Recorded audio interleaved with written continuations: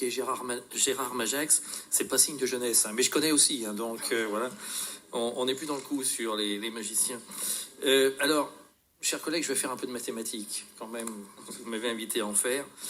Ben oui, à cette heure-ci. Oui. Quelquefois, quand on était à l'école, on avait des heures de maths qui étaient à cette heure-là, c'était vrai que c'était dur un peu, je comprends. Alors, tout d'abord, première chose, je suis ravi que vous évoquiez ce temps de retour de 30 ans, puisque la dernière fois que je l'ai fait ici dans cette assemblée, le président Bazin s'est étonné et m'a dit d'où vous sortez ce chiffre, comment vous pouvez le justifier. Manifestement, c'était pas un chiffre sorti comme ça en l'air.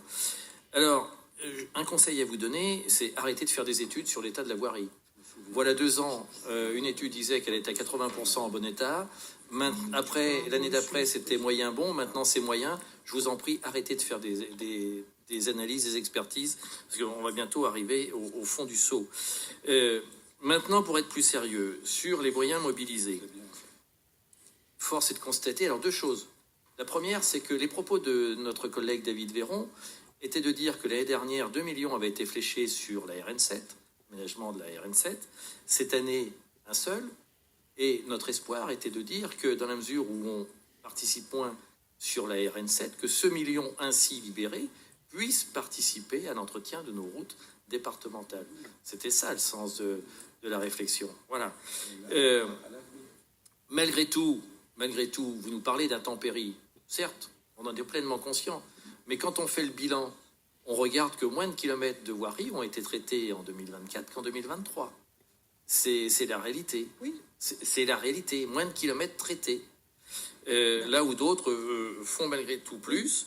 Et j'en veux pour preuve que vous avez dit que vous ne vouliez pas vous lancer, cher Alain, dans des comparaisons. Sachez que dans la strate à laquelle nous nous référons, le département de la Nièvre, qui a un nombre de kilomètres légèrement supérieur à la moyenne, dépense beaucoup moins ramené au kilomètre que la moyenne de la strate, puisque la Nièvre dépense 2110 € en moyenne sur les 5 années 2018-2023 par kilomètre de voirie, alors que la moyenne de la strate est à 4574. Voilà, ce sont des mathématiques un peu dures à entendre, je l'entends, mais c'est la réalité.